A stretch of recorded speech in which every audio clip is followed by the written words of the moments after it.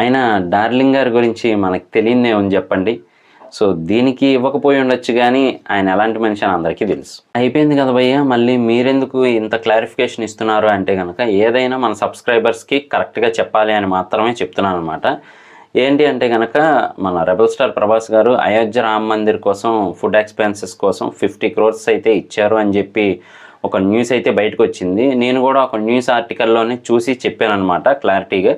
కాకపోతే India today వీళ్ళైతే మాత్రం ప్రభాస్ గారి టీంని కన్సల్ట్ అయ్యారు.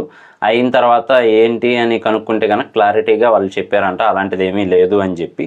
సో ఎకనామిక్ టైమ్స్లోనూ అలాగే ఇండియా టుడేలోనూ క్లారిటీగా అయితే ఇచ్చారనమాట. సో అదేమీ లేదు, అదంతా ఫేక్ అని చెప్పి.